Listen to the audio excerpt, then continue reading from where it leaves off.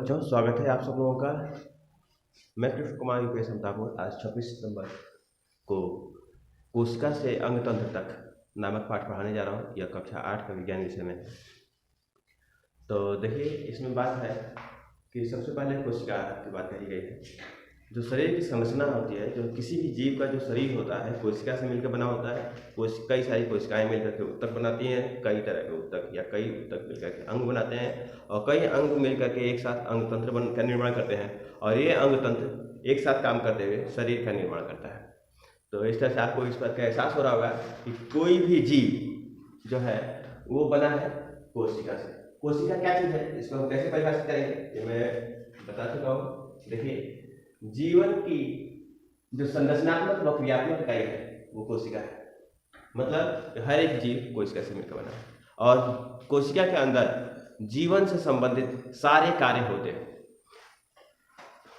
तो एक सवाल ये भी बन सकता है कि भाई जीवन क्या है, सजीव निर्जीव में क्या अंतर है।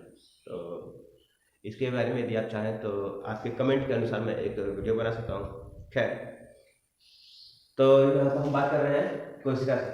तो कोशिका को एक तरह से आप ये समझ लीजिए जैसे कि घर का जो निर्माण होता है, या किसी कह लीजिए कि जो कोई घर बनाते हैं तो उसमें हम एक ईंट को बार बार रख करके दीवार बनाते हैं, दीवारों से जो है कमरा बनता है। इसी तरह से यही है हमारा शरीर जो है कि जो सबसे छोटी जो संरचनात्मक इकाई है, जैसे ईंट दीवार के लिए, वैसे ही हमारे लिए कोशिका है। कोशिकाओं से मिलकर के ऊतक बनता है, ऊतक बनाते हैं हमारे जो है अभी बताया अंग को। तो अब कोशिका का जो है आकार प्रकार के बारे में बात कर चुके हैं। कोशिका जो है आकार गोलाकार हो सकता है, तर्क रूप हो सकता है, शाखित हो सकता है ना। 1 माइक्रोन से लेकर के और 1 मीटर तक की लंबाई भी हो सकता है। तो हम बात करते हैं कोशिकीय संरचना के बारे में। कोशिका जिन जिन चीजों से मिलकर बनी होती है, मैं उन सबके जो है नाम लिख रहा हूँ, और उन सबको जो है मैं एक एक करके डिटेल में बात करेंगे। तो देखिए, मैंने ये लिस्ट बनाई है। कोशिका के अंदर कोशिका भित्ति होती है, ये सबसे बाहरी लेयर है कोशिका का। उसके बाद से प्लाज्मा झिल्ली आता है, उसके अंदर जो है जीव द्रव्य होता है। केंद्रक में भी कई हिस्से होते हैं। देखिए, अंतःप्रद्रव्य जालिका, अंतःप्रद्रव्यी जालिका, फिर और होता है Golgi body, ribosome, lysosome, mitochondria, रेक्टिका, क्लोरोप्लास्ट, सेंट्रोसोम। अब इसमें से कुछ बातें ध्यान रखने वाली बात है कि ये कोशिका भित्ति, रेक्टिका और क्लोरोप्लास्ट सिर्फ और सिर्फ पौधों में पाए जाते हैं, ठीक। और ये जो तारकाय लिखा है या सेंट्रोसोम, ये सिर्फ और सिर्फ जंतु कोशिका में पाए जाते हैं, ठीक है। तो मैं इसे मिटाना चाह रहा हूं ताकि मैं यहाँ पर चित्र बना सकूं। तो देखिए, मैंने ये चित्र बनाया है और मैं चाहूँगा कि ये पूरा फोकस में हो, तो इसलिए मैं थोड़ा आगे कर रहा हूँ।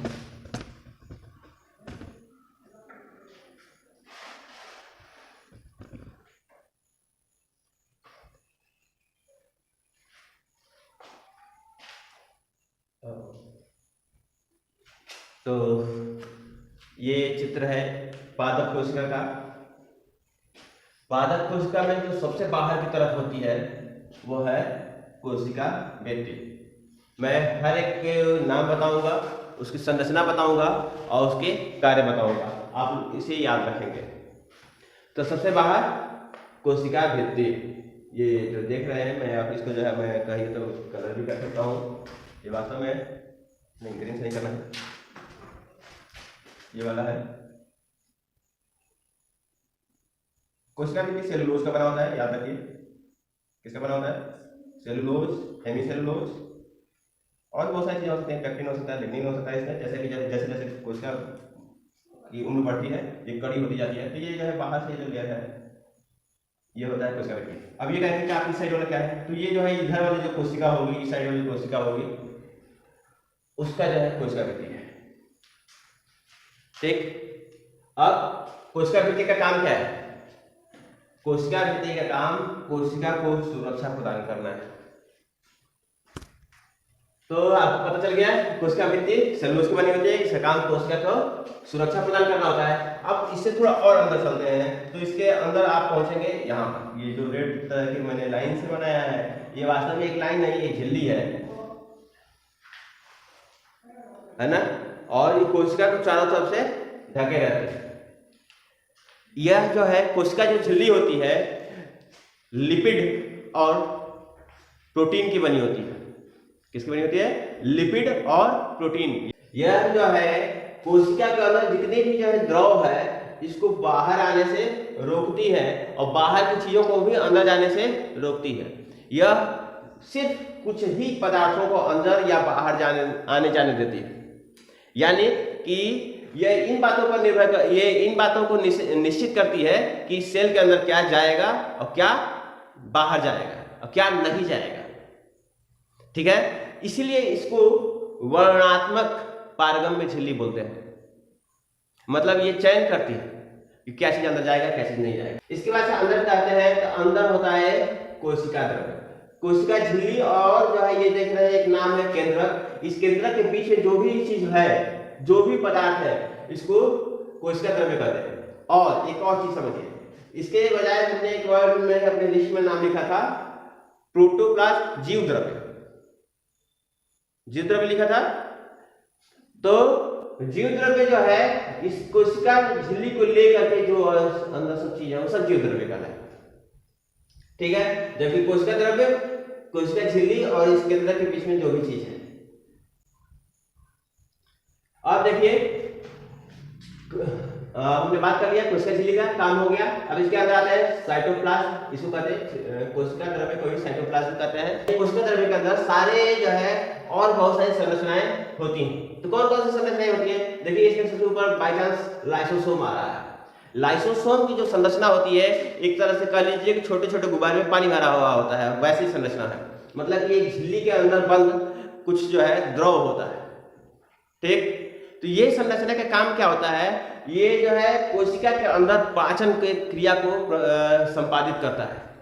मतलब कोशिका के अंदर कोई चीज खाना है, उसको पचाना है, तो क्या करेंगे, क्या मतलब कौन पचाने का काम करेगा? ये लाइसोसोम काम करता है। मतलब ये इसी के अंदर जो है खाना पचता है। इस तो फिर इसके अंदर होगा क्या? तो पचाने वाले पाचक एंजाइम होते हैं। यदि ये फट गया अंदर तो कोशिका के अंदर जितने भी चीजें सब पच जाएगा। तो लाइसोसोम जो है आत्महत्या की थैली कहलाता है। इसके बाद बात करते हैं माइटोकॉन्ड्रिया की। माइटोकॉन्ड्रिया बहुत बहुत ज्यादा इंपॉर्टेंट कोशिकांग है। ठीक है, ये इसकी समस्या देखिए, दो मेम्ब्रेन से ढकी होती है, एक बाहर वाला और अंदर वाली मेम्ब्रेन। अंदर वाली जो झिल्ली है वो अंदर की तरफ उंगली नुमा संरचना करके अंदर की ओर धंसी हुई होती है। माइटोकॉन्ड्रिया का मुख्य काम है श्वसन करना। क्या है? ऑक्सीश्वसन। इस श्वसन के कारण यहाँ पर ऊर्जा उत्पन्न होता है। ऊर्जा किस रूप में उत्पन्न होती है? वो ऊर्जा होती है एटीपी के रूप में। ठीक है, तो एटीपी रूप में जो है ऊर्जा का उत्पादन होता है। क्योंकि कोशिका का जितना भी ऊर्जा काम करने के लिए ऊर्जा चाहिए वो यहाँ से आता है, इसलिए माइटोकॉन्ड्रिया को कोशिका का पावर हाउस या ऊर्जा गृह कहते हैं। याद रखिए। दूसरा बात, इसके बाद हमने देखा है कि केंद्र का दिख रहा है यहाँ पर, केंद्र कि पहले हम बात करते हैं कि केंद्र के अंदर केंद्रिका होती है। केंद्र के अंदर ये डीएनए मैंने नहीं लिखा है, ये डीएनए भी होते हैं या गुणसूत्र कहेंगे इनको। ये मैं लिख रहा हूँ गुणसूत्र, जो कि बने होते हैं डीएनए से। ठीक है, तो केंद्र के अंदर ये चीजें होती हैं। केंद्र क्या है? देखिए केंद्रक जो है इस कोशिका के अंदर एक गेंद की जैसे है और उस गेंद के अंदर हजारों छेद हैं, ये भी जान लीजिए। यहाँ पर जो है हमने गेंद को काटा है तो 3 ही छेद दिख रहे हैं। यहाँ पे ये जो कोशिका है वास्तव में काटने के बाद से कैसे दिख रही है वो चीज दिखाई दे रहा है। तो केंद्रक जो है ये जो है बाहर चारों तरफ से केंद्रक कला से घिरा होता है। क्या है? या केंद्रक झिल्ली कह लीजिए। केंद्रक झिल्ली से घिरा होता है जिससे छेद होते हैं। इस छेद के कारण साइटोप्लाज्म के अंदर चीजें आती हैं। यहाँ पर जो कम्युनिकेशन मतलब चीजों का आदान प्रदान होने का ये जरिया है। इसके अंदर और क्या होता है? केंद्रिका होती है और गुणसूत्र होते हैं। अब गुणसूत्र अपने आप में बड़ा टॉपिक है, तो बस ये जान लीजिए कि गुणसूत्र डीएनए के बने होते हैं और इनका काम जो है गुणों को एक है ना एक जनरेशन से दूसरे जनरेशन तक पहुंचाना होता है। अभी हम बात करते हैं, यहाँ पर गुणसूत्र की बात हो गई, केंद्रिका की। तो केंद्रिका एक जो है सघन संरचना है केंद्रक के अंदर, जो कि हल्का गोले रंग के दिखाई देता है, गोला दिखाई देता है। ठीक, अब बात आती है अंतःद्रव्यीय जालिका। यह जो है नाम से ही पता चलता है, जालिका है, जाल है, कैसा, झिल्ली का। तो इसका काम क्या है, एक तो ये इतने झिल्ली जैसे चारों तरफ फैली हुई होती है, तो अंदर कोशिका को अंदरूनी शक्ति देती है। जैसे कि हमारे अंदर हड्डियां हैं तो उसके कारण हमें एक शेप मिलता है, वैसे ही इसका भी एक काम है। तो ये अंतःकंकाल का काम करती है, अंतःद्रव्यीय जालिका। दूसरा क्या चीज है, देखिए इसके ऊपर राइबोसोम लगे हुए हैं। राइबोसोम का काम क्या है, राइबोसोम का काम है प्रोटीन का निर्माण करना। राइबोसोम का काम है प्रोटीन का निर्माण करना, और ये बने होते हैं आरएनए और प्रोटीन से बने होते हैं। किसके बने होते हैं, आरएनए प्रोटीन के। इनका काम होता है प्रोटीन का निर्माण करना, और ये कहाँ होते हैं, अंतःद्रव्यीय जालिका की सतह पर चिपके होते हैं। और क्या होते हैं, केंद्र के बाहर जो झिल्ली है, केंद्र की झिल्ली, उसके ऊपर चिपके होते हैं। तो एक तरह से कहिए जो अंतःद्रव्यीय जालिका है, राइबोसोम को चिपकने की जगह दे रही है, यानी कि अंतःद्रव्यीय जालिका प्रोटीन निर्माण के लिए सतह जगह देती है। क्या भैया, हमारे पास बैठो और हमारे साथ ही प्रोटीन का निर्माण करो। ठीक, तो अंतःद्रव्यीय जालिका का जान काम है अंतःकंकाल का काम करना, और इसके लिए क्या कहते हैं, प्रोटीन संश्लेषण के लिए स्थान देना। अब हम बात करते हैं गोल्गी कॉम्प्लेक्स का।